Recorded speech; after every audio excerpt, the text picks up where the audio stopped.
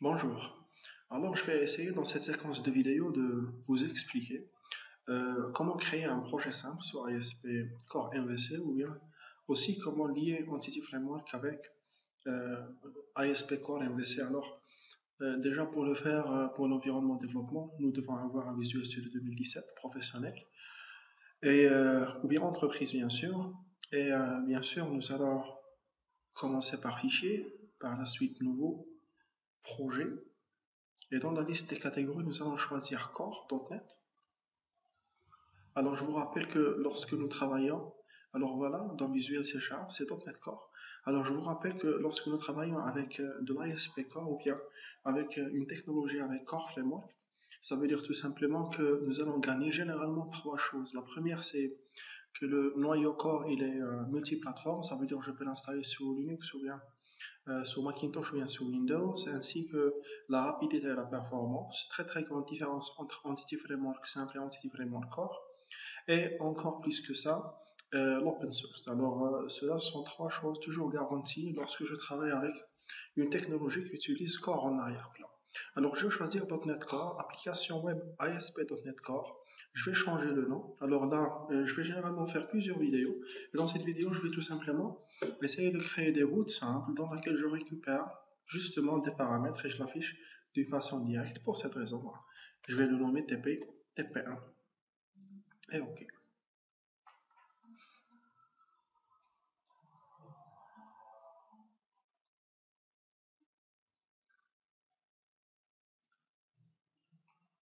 Alors là, je vais choisir application Web Model View Controller. Ici, bien sûr, nous travaillons avec la version 2.1, .NET Core en arrière-plan, sans aucune authentification, et je clique sur OK. Là, généralement, essayez de vous connecter sur Internet, car il y en a vraiment plusieurs plugins qui s'installent sur Internet.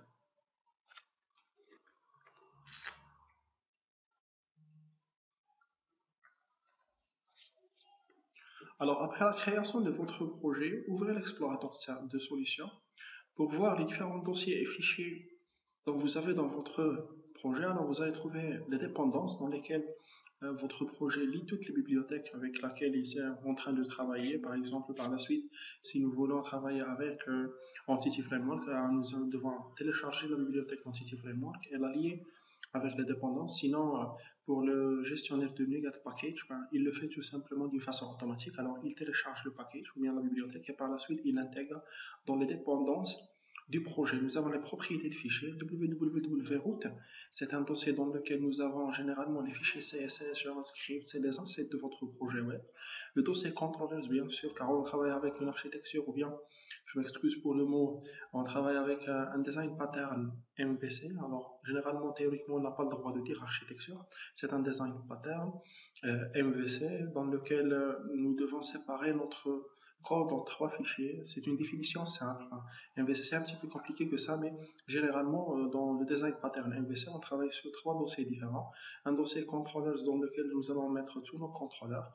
Un dossier models dans lequel nous allons mettre tous les fichiers modèles qui sont responsables de la communication avec la base de données. Et un dossier view dans lequel nous allons mettre toute notre présentation. Et bien sûr, à la fin, nous avons un appsetting, un fichier écrit en JSON qui contient les propriétés ou bien les paramétrages de notre application.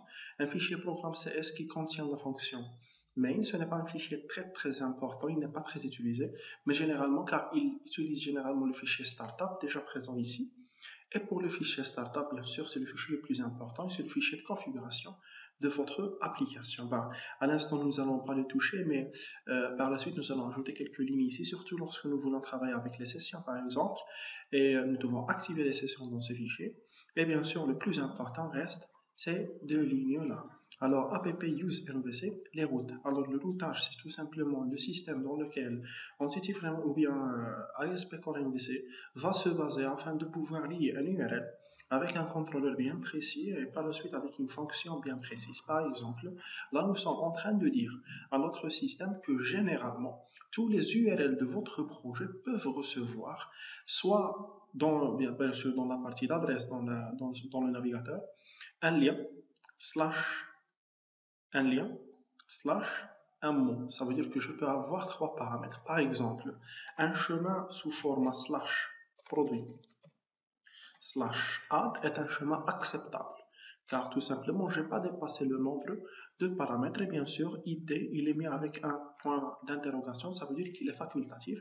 Et pour contrôleur aussi, il est mis avec une valeur par défaut égale à home, action avec une valeur par défaut égale à index. C'est pour cette raison que je suis libre. Par exemple, si je tape tout simplement un slash et je clique sur entrée sur un navigateur, l'interprétation de notre noyau de notre application web va prendre comme valeur par défaut le nom de contrôleur égale à home, le nom d'action égale à index. Ça veut dire comme si la personne a tapé home slash index.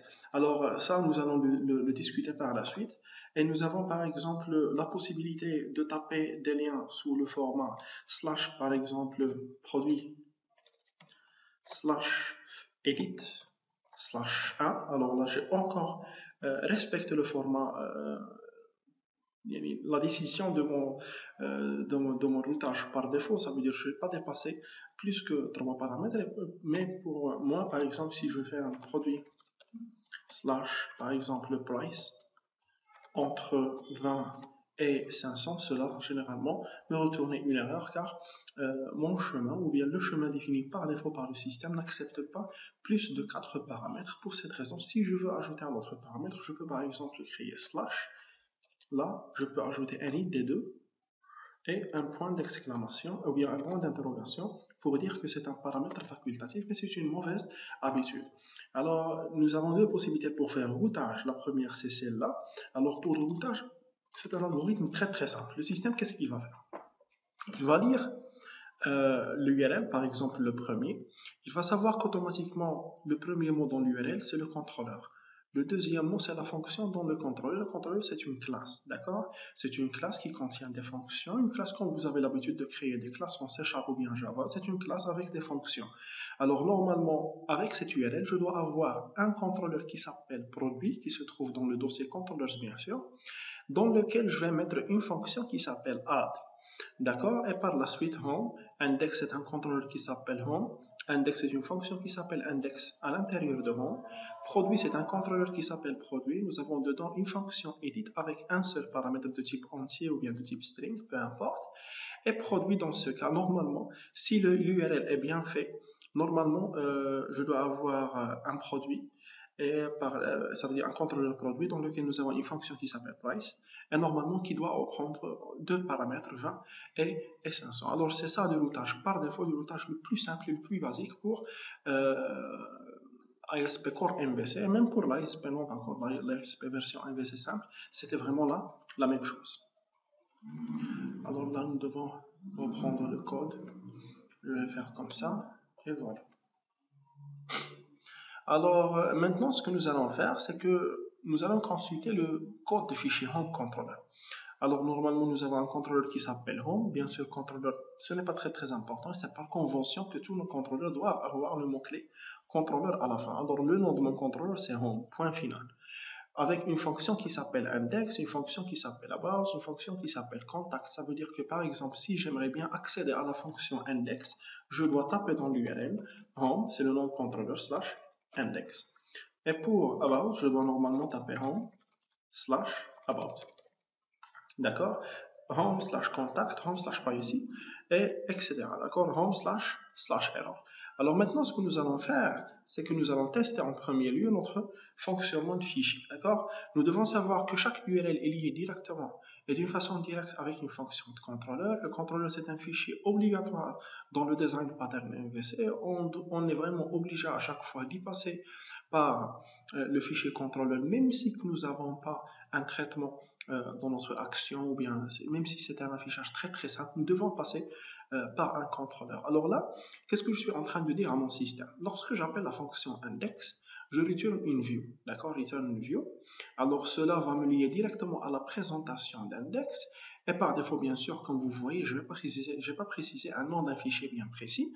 Alors le système va travailler sous forme de convention, et la convention pour lui, c'est que pour chaque action, la vue par défaut porte le même nom de la fonction, et elle est dans un dossier qui porte le même nom de contrôleur qui se trouve dans le dossier views. Enfin, automatiquement, je dois trouver dans mon projet un dossier dans la partie views, un dossier qui s'appelle home, et dans lequel je dois trouver un fichier qui s'appelle index, un autre fichier qui s'appelle about pour la fonction about, une autre fonction pour contact pour la fonction contact, etc. Alors cela est généralement non, un système recommandé par nous car tout simplement nous pouvons préciser un autre nom d'une autre action dans cette fonction, mais ce n'est pas vraiment très pratique de le faire. Alors pour respecter les conventions, je vais reprendre. Je dois donner à mon contrôleur le mot ou bien le nommer en tant que home avec le mot-clé contrôleur. Par exemple, produit, je dois le nommer produit, plutôt produit contrôleur, il doit se trouver dans le dossier contrôleur. Chaque action dans ce contrôleur doit être liée avec un fichier de vue de présentation. Généralement, je suis désolé pour le mot doit car ce n'est pas vraiment toujours obligatoire, surtout par exemple lorsque je suis en train de développer un web service. La vue elle n'est pas absolument ou bien il n'est pas obligatoirement présent dans mon design pattern MVC. Pour cette raison, je vais changer le mot et dans chaque action qui a une vue, d'accord, elle doit avoir un fichier qui s'appelle, qui porte le même nom que cette fonction, qui se trouve dans un dossier qui porte le même nom sans contrôleur.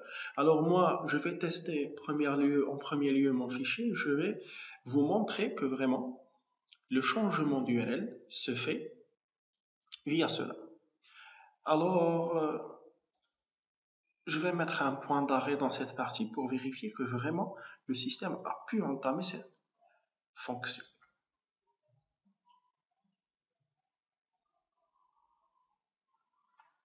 Alors voilà, comme vous remarquez, dès le premier lancement, le système m'a lancé ou bien m'a lié directement à la fonction index. Pourquoi?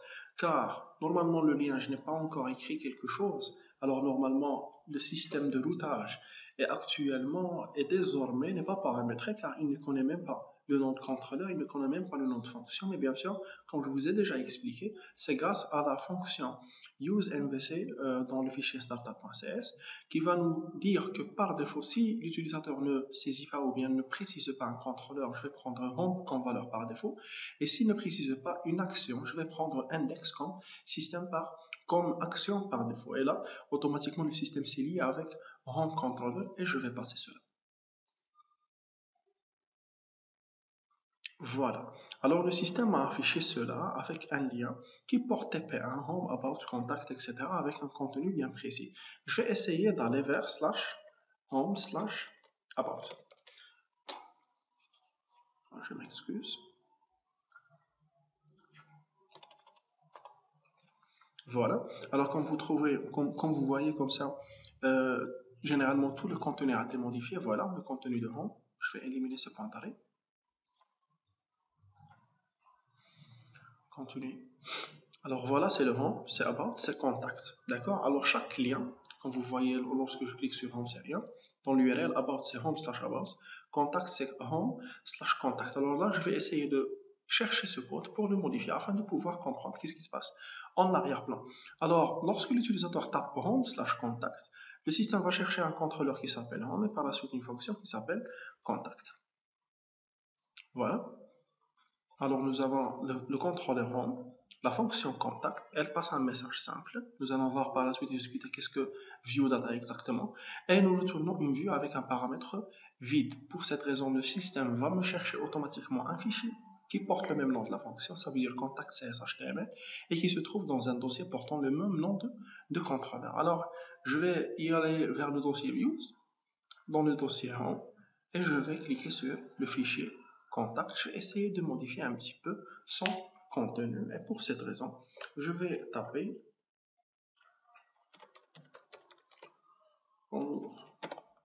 CTRL S et je vais relancer mon projet.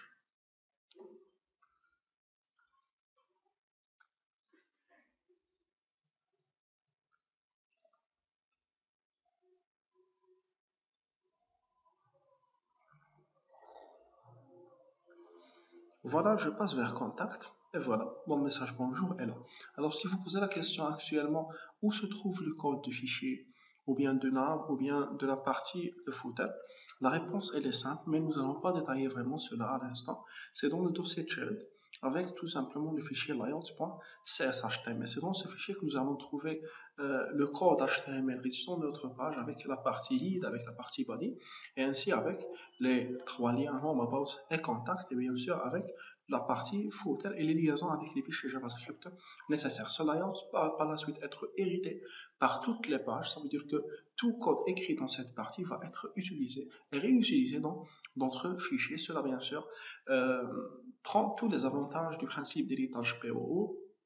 Ça veut dire la réutilisation du code et que lorsque j'aimerais bien modifier le menu, bien sûr, je vais le modifier une seule fois dans le fichier layout.csh. Mais bien sûr, c'est une définition, ce sont des avantages. Bref, les avantages des templates et de layouting, il est beaucoup plus important que ça. Mais généralement, pour l'instant, nous allons nous concentrer tout simplement sur cette petite définition. Alors actuellement, ce que je vais essayer de faire, c'est que je vais sortir du cadre de Home, je vais créer mon propre contrôleur, je vais le nommer par exemple test. Alors, contrôleur, clique droit sur le dossier contrôleur, ajouter, je m'excuse, je dois arrêter le débugage, contrôleur, ajouter un contrôleur. Alors, je vais un instant me concentrer sur un contrôleur vide, je clique sur ajouter, et par défaut, je le nomme test contrôleur.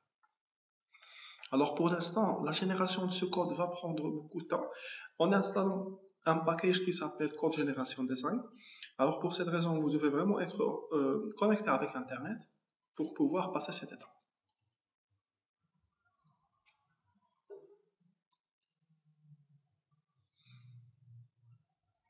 Voilà. Alors maintenant, je me trouve avec un fichier qui s'appelle test_controller. Ça veut dire mon contrôleur, son nom est test, avec une fonction dedans qui s'appelle index. Je ne vais pas la toucher, mais c'est facultatif, on peut la modifier dès maintenant. Sinon, je vais passer vers une autre fonction publique, action, result.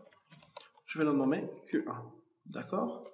Et voilà, return view est une fonction obligatoire. Actuellement, elle est obligatoire. Alors normalement, l'utilisateur, pour y accéder à cette fonction Q1, doit taper dans l'URL /test/Q1.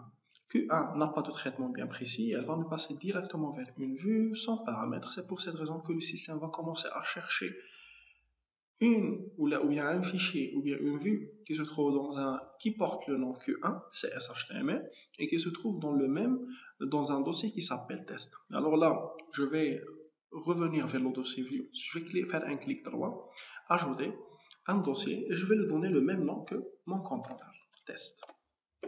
Dedans, je vais créer un fichier, ajouter une vue.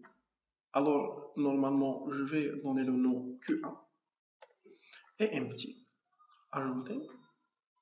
Et dans le code, je vais taper je suis Q1, juste pour le test. Alors voilà, je suis Q1. Je lance mon système et normalement, je dois taper dans l'URL /test/Q1 pour pouvoir y accéder à cette fonction.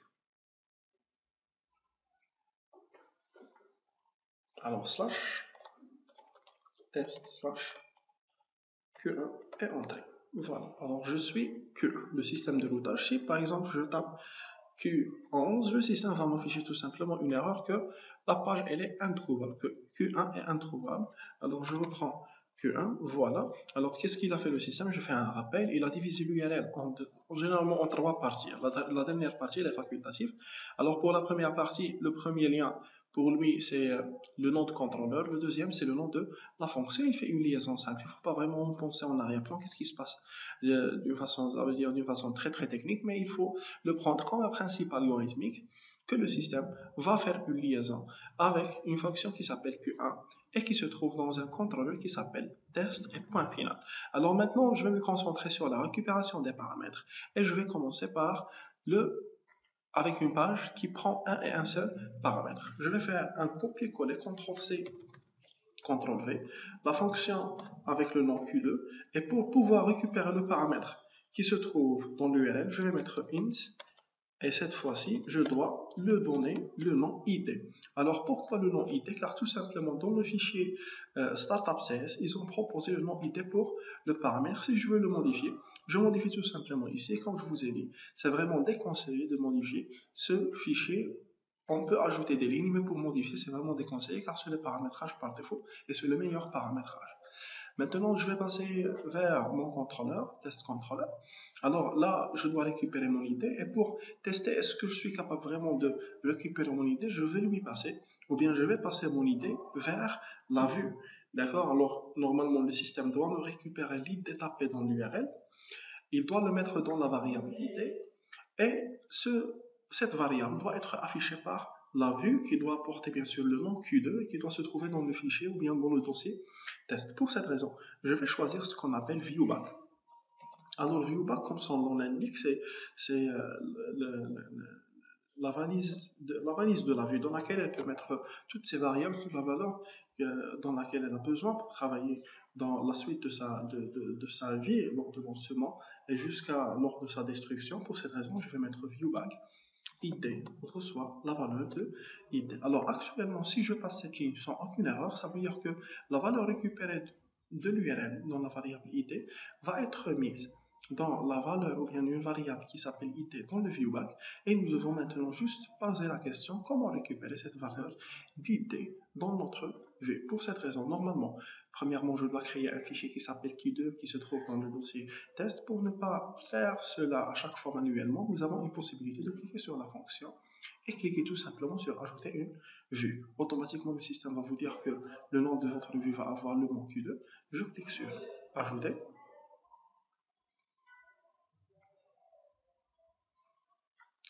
Et la valeur saisie est pour afficher ce que le viewback contient, je vais mettre arrobas viewback.id.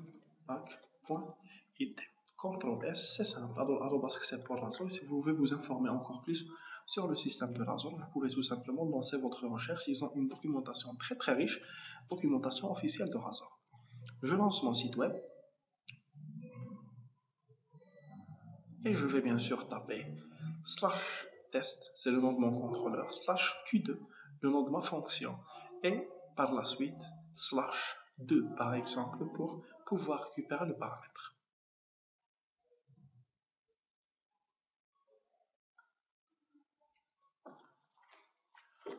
Alors, je m'excuse, /test, /Q2, /5. Voilà, la valeur saisie est 5. Alors le système a pu récupérer la valeur de 5 et par la suite, bien sûr, l'afficher en se basant sur un transfert d'informations via le viewback. Nous avons encore viewdata, mais généralement dans les versions core, on préfère travailler avec viewback. Maintenant, je vais passer vers un autre challenge, c'est le fait de créer une fonction Q3 qui prend deux paramètres. Voilà. Alors, Q3 avec un paramètre id et un paramètre id2 et je vais tenter si ça va marcher. Bien sûr, je vais créer ma vue qui s'appelle Q3, je clique sur ajouter. Juste pour le test, je ne vais rien modifier et je vais essayer de passer 4 paramètres pour l'URL.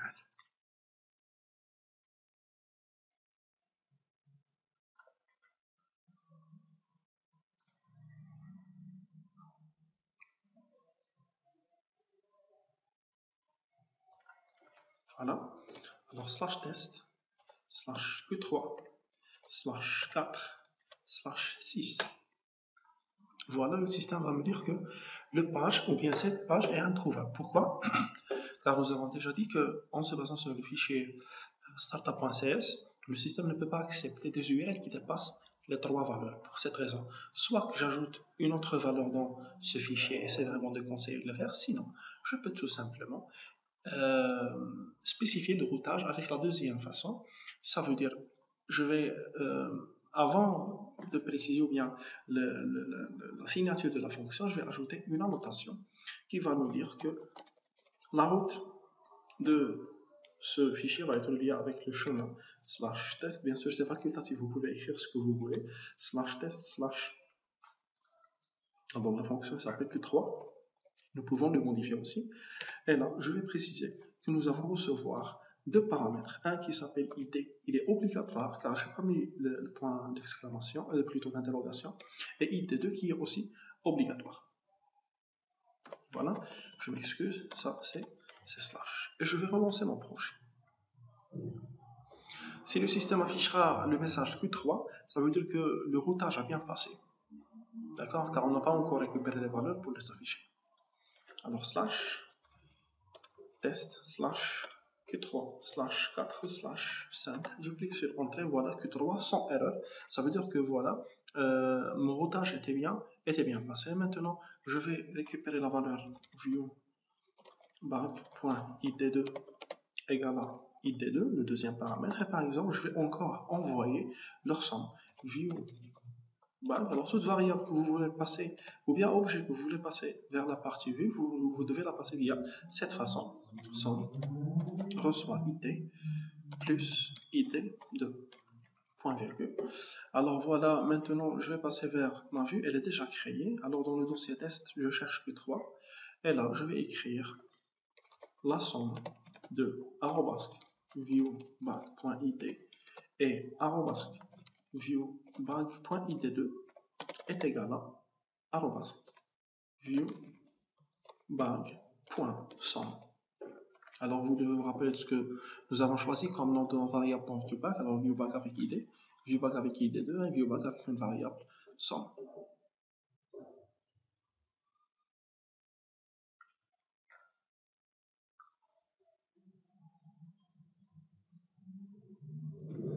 Alors slash test slash Q3 slash 4 slash 5, je dois avoir la valeur 9. Alors la somme de 4 et 5 est 9, je change de 14 et 15.